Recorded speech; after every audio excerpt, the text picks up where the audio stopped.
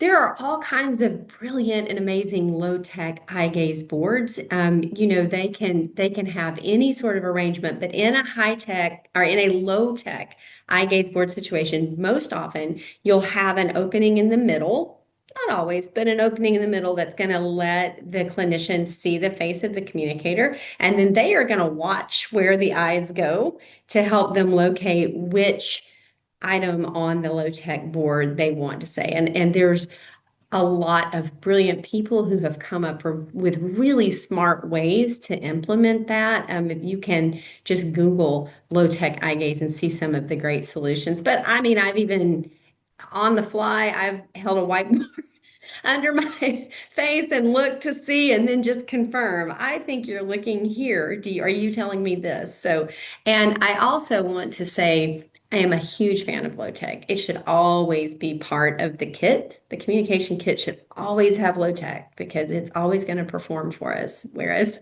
high tech, that's not always the case. So I'm not um, saying low tech has no place. I'm saying low tech shouldn't have to be a stepping stone to high tech. It should all be part of the discussion.